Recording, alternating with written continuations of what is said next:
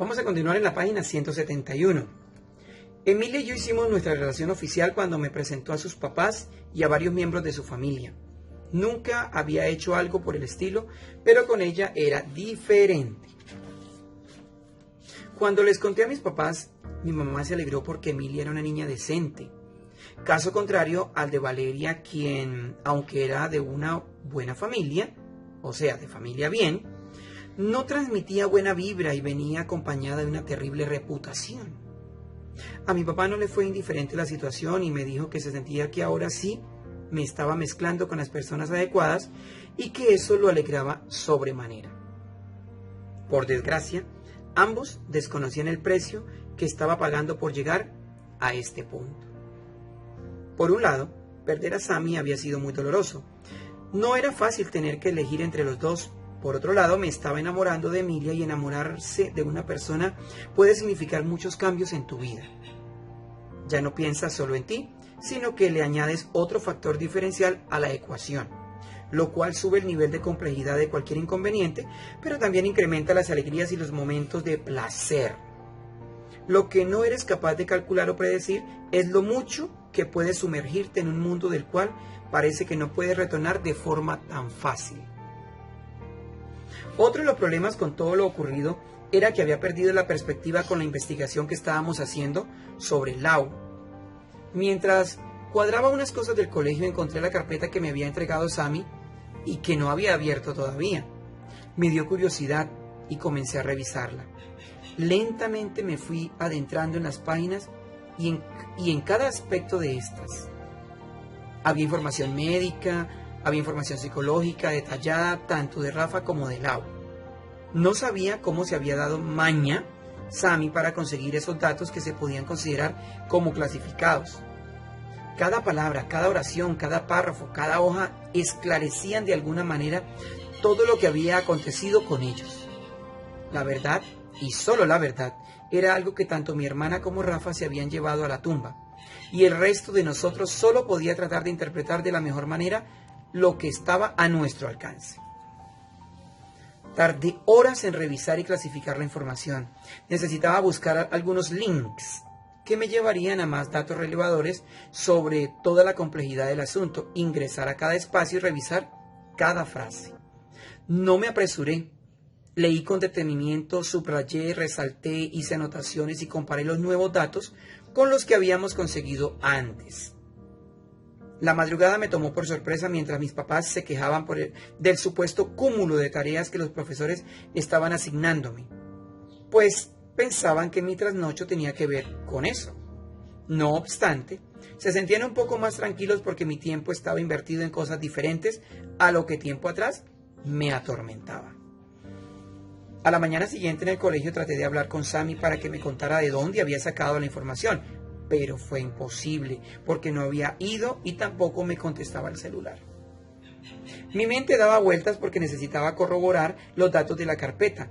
Me encontraba en ese punto en el que miras el reloj todo el tiempo con el único fin de cerciorarte de que pasa lo suficientemente rápido el tiempo para encontrar el momento preciso de ir donde tengas que ir.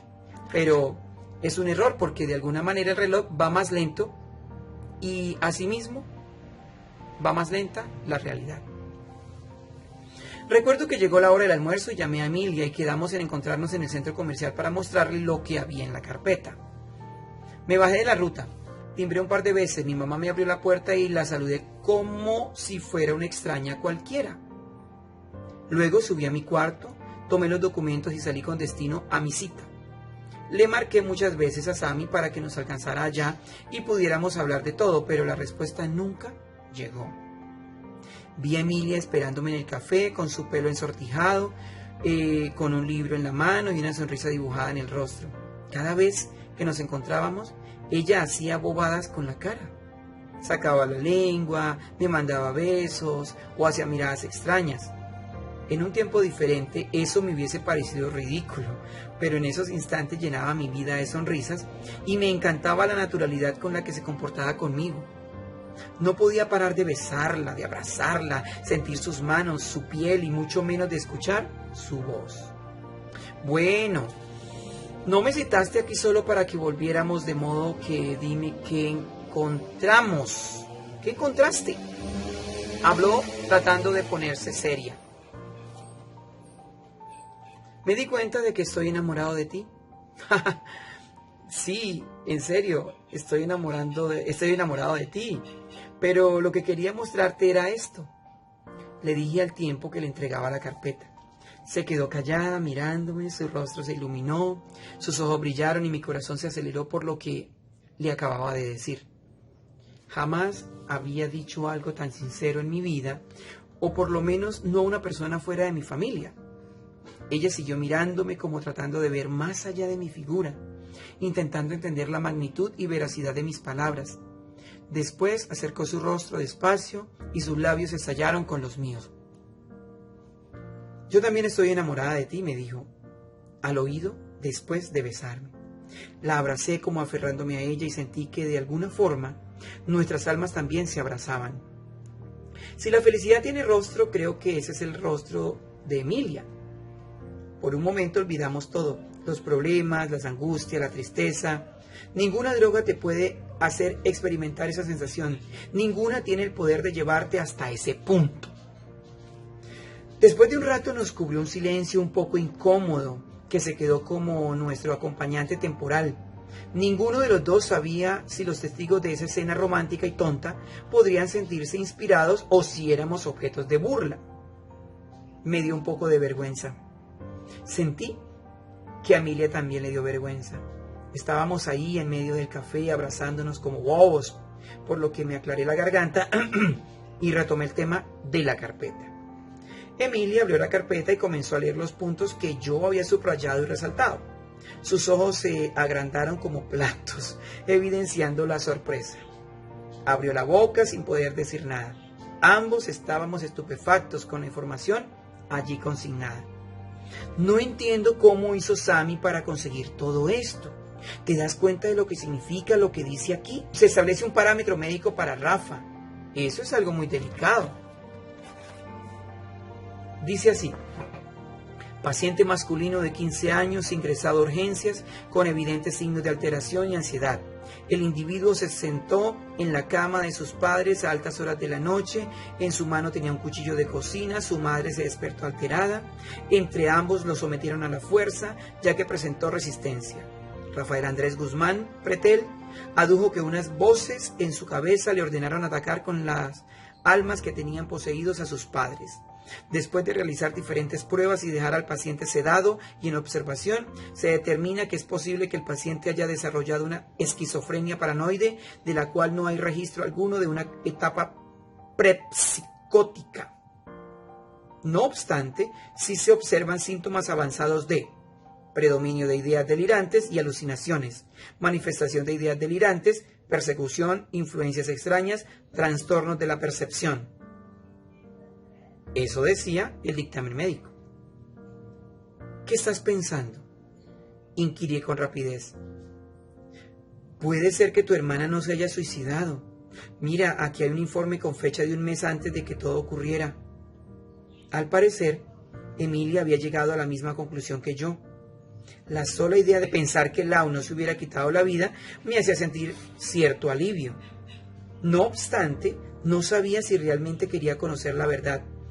Creo que nadie está del todo listo para indagar sobre los momentos íntimos de un ser querido, aunque signifique limpiar su reputación. Vi que Emilia volvía sobre el informe, entonces tomé aire. Respiré profundo y me preparé para lo que venía. Segunda parte del dictamen médico. El paciente fue ingresado tras tener una crisis. Hacía 2 años y medio se le había diagnosticado esquizofrenia paranoide en etapa residual avanzada, por lo cual venía siendo tratado en terapias y con fármacos. Cabe aclarar que la familia decidió suspender todo tratamiento hace 6 meses y que bajo su responsabilidad y cuidado se hicieron cargo, excluyendo a esa institución, sus directivas, los laboratorios fabricantes del suministro farmacológico y los médicos que lo atendían, de las consecuencias de actos futuros perpetrados por el paciente, los cuales pueden incluir lesiones graves a sí mismo o a los demás. En apariencia, Rafa había sido un tipo normal. En el colegio a veces asumía la posición de líder, tomando acciones en contra de otras personas.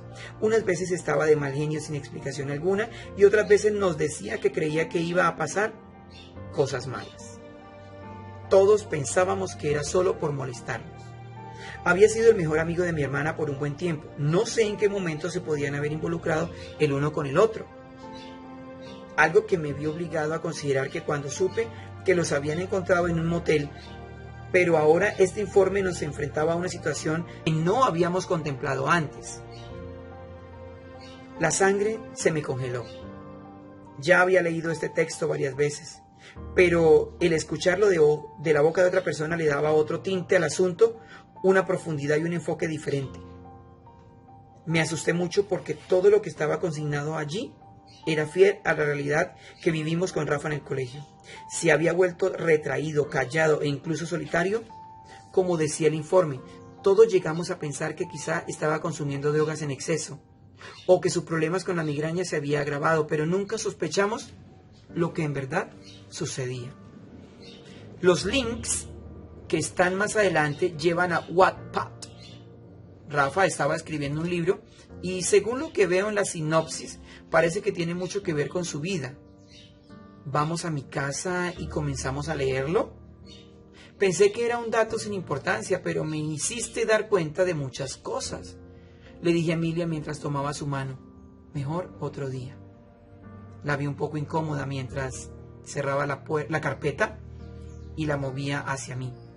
Su actitud había cambiado de forma radical, como si le hubiera molestado lo que dije. Su mirada se desvió un par de veces hacia el otro lado. Se levantó rápido, tomó sus libros y trató de marcharse. Sin saber qué pasaba, la tomé del brazo y me devolvió una mirada molesta, una mirada suplicante. Vamos a detenernos acá en la página 178.